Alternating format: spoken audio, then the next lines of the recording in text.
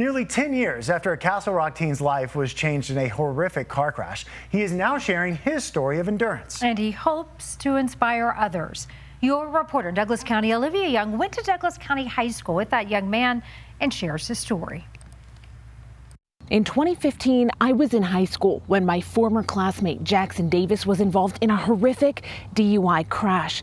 10 years later, I sat down with Jackson to learn more about what his recovery has looked like. Back then, recent grad Jackson Davis was preparing to chase his dream. And I kind of want to follow my father's footsteps too, of being a Marine. On their way home from California, he and his dad Tim passed Pueblo and encountered a road rage driver on I-25. My dad's like, yeah, look at this lady. She's like acting crazy. Suddenly, the car struck them, causing their vehicle to flip and crash into the guardrail. We were flipping and rolling. It was bad. I just remember being in a lot of pain. Jackson was rushed to the Penrose ICU, where he spent over a week in a medically induced coma. His family was told he may lose his legs or never wake up. As a parent, it's very hard. I spent a lot of time on my knees talking to the Lord. When Jackson did wake up, he had to spend months at Craig Hospital recovering from broken bones and a traumatic brain injury. I broke both of my legs. I shattered my pelvis. This is where the guardrail went through my arm.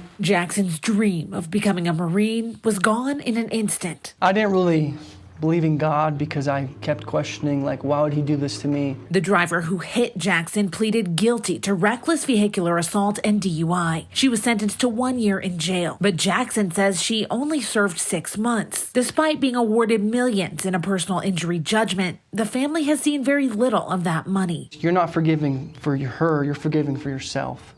Because you need yourself to get over that hard time in your life. But through his faith, Jackson found the strength to forgive and to persevere. The teen who was told he may never walk has now competed in Ironman and Spartan races. Never listen to everyone that tells you no. Well, I proved them wrong. I did an Ironman. I'm married, have a wonderful family. He now shares his experience online on an account called Built to Endure 40. You're built to endure anything throughout your life, whether it's traumatic brain injury like me, depression, or anxiety. In hopes that his story will help someone else. I'm willing to go in those deep, dark times in my life to help people, to inspire them to never lose hope. In Castle Rock, I'm Olivia Young, covering Colorado First. Olivia, he is amazing. Thank you so much for sharing that story. Olivia grew up in Douglas County.